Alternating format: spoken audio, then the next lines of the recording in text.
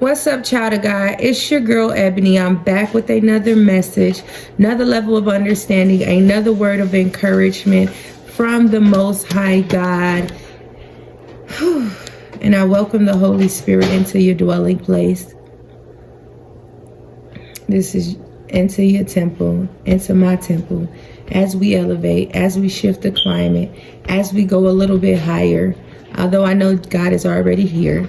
As we go a little bit higher with God, but really, technically, a lot a bit higher with God, because it's needed and because it's mandatory and because that's just how we got to live. Because God is everything. He is everything. So a lot a bit higher. I'm just trying to, y'all got it. Y'all got it. A lot a bit higher.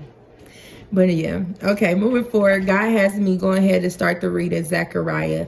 The man among the myrtle trees. On the 24th day of the 11th month, the month of Shabbat, in the second year of Darius, the word of the Lord came to prophet Zechariah, son of Berechiah, the son of Iddo. During the night, I had a vision, and there before me, God, Jesus. Y'all, I really be loving when God be helping me read and he bring the words to life. So y'all just gonna be a part of this as I'm just, just like letting y'all experience God from the way that I experience him. In Jesus' name, God, narrate this word for me. In the mighty name of Jesus. Amen. The word of the Lord came to prophet Zechariah, son of Berechiah, the son of Iddo. During the night I had a vision, and there before me was a man mounted on a red horse. He was standing among the myrtle trees. He highlighted myrtle trees too. In a ravine, behind him were red, brown, and white horses. I asked, "What are these, my Lord?" The angel who was talking with me answered, "I will show you what they are." Then the man standing among the myrtle trees, I rebuke mischief. I thank you, Jesus, that mischief is falling down in the mighty name of Jesus. I will show you what they are. The man standing among the myrtle trees explained, "They are the ones the Lord has sent to go throughout the earth." And they reported to the angel of the Lord who was standing among the myrtle trees, "We have gone through the earth and found the whole world at rest in peace." Then the angel of the Lord said, "Lord Almighty, how long will you withhold mercy from Jerusalem and from the towns of Judah, which you have been angry with these 70 years?" So the Lord spoke kind and comforting words to the angel who talked with me. Y'all tap into if y'all getting this video, my bad, I'm holding the camera. But if y'all getting this video, tap into the last video that I did talking about, because that just came to my mind, Jerusalem. Because there's a new covenant for you where Jesus is everything, where Jesus is it's all about Jesus. That's going to be the title. It's all about Jesus, okay? But where he stopped me at is, okay, Jesus, this is a big word. Lord, kind and comforting words to the angel who talked with me. Many of you are having ministering angels before you. He is sending ministering angels before you.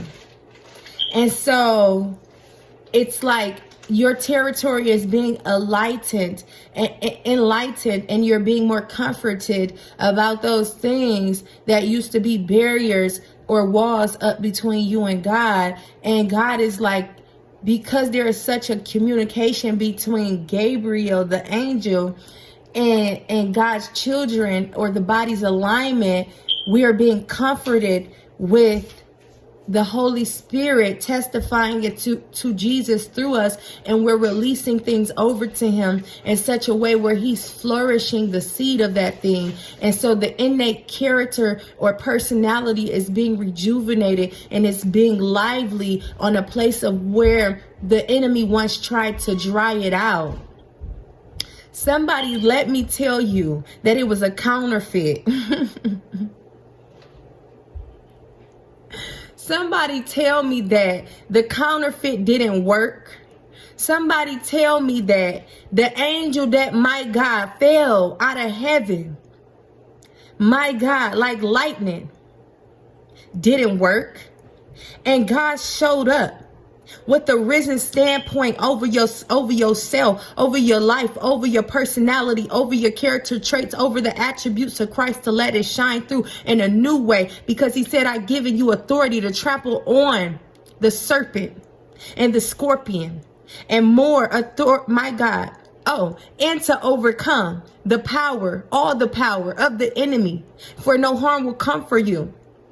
He says, do not rejoice that the evil spirits obey you, but rejoice that your name be written in heaven. My God, heaven is light. Where the light is, where God is, where Jesus is. And so where Jesus is, everything that has your name on it has his name on it. And so I hear stamped, marked, and posted by Jesus Christ of Nazareth to be risen from the dead. And so you're coming to life again. And those things, my God, that where, my God, trauma tried to come, God has now casted that thing down and rejuvenated with his attribute. And so it looks like God. It exemplifies God. And so the reflection is in God and of God, and the body's alignment is being formed. And my God, where Jesus is the head.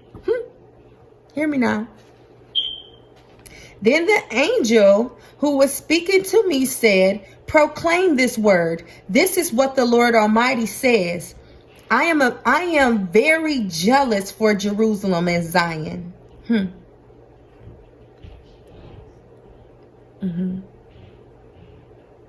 I'm just sitting here because I got to let that sit in.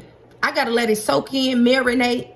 I'm one of them kids that had to hear it 1,000 times to understand it, okay?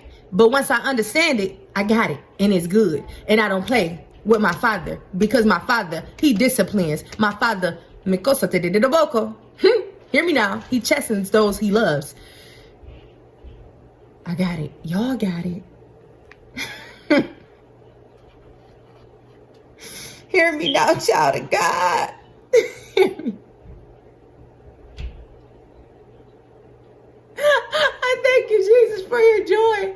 Hallelujah. Hallelujah. Y'all, listen, I don't fear the world.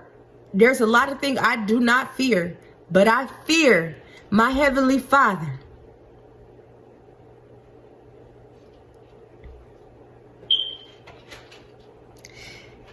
And I am I hear God saying, my sheep know my voice.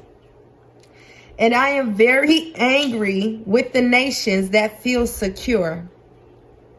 Please, please, please, hear this. Hear this, y'all. Do not allow your emotions to make you build your altar. Do not allow the emotions that run through you from feelings of the wants of desires to make you build your altar before God. Because it comes with shakiness. It comes with wavering. We already know how emotions can make you waver. And I'm seeing the disciples on the boat when the storm came, and they immediately started to waver when the very solution to the problem was already in the boat with them. And so this is what we don't want to do. We don't.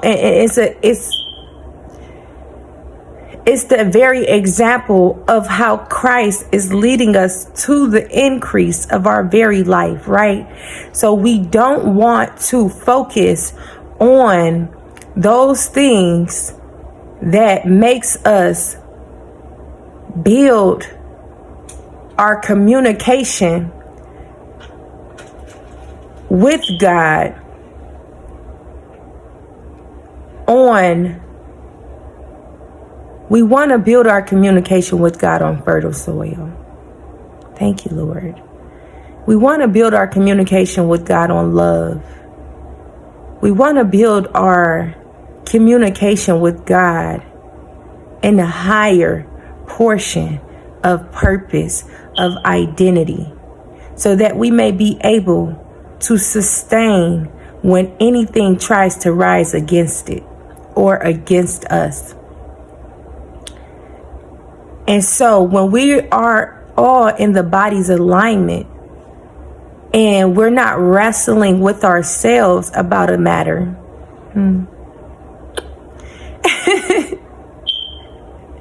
when that revelation come through, oh God, thank you, Jesus. That's what you do. You proclaim Jesus and thank Jesus. Lord, I love you, God. Thank you, Jesus. Thank you, Jesus. Thank you, Jesus. Hallelujah. You don't wrestle with the thing that doesn't belong to you in heaven.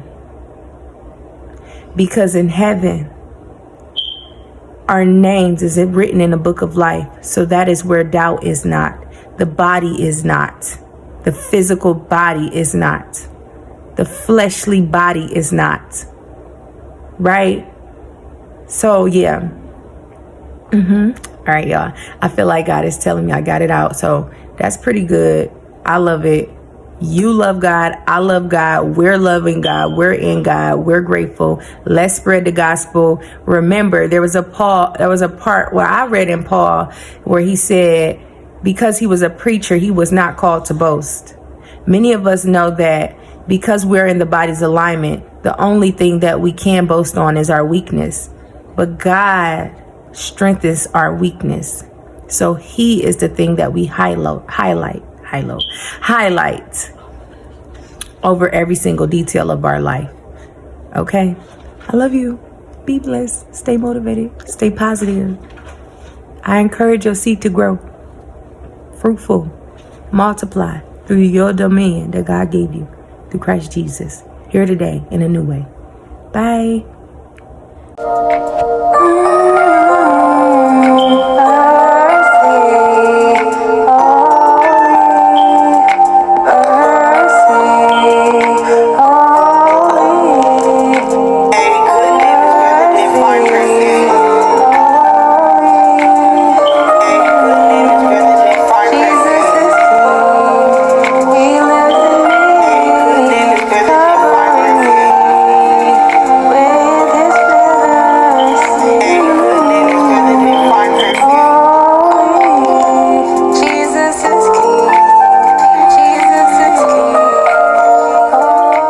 John 3:16, for God so loved the world that he gave his only begotten Son, for whosoever believeth in him shall not perish, but have eternal life. Give your life to him.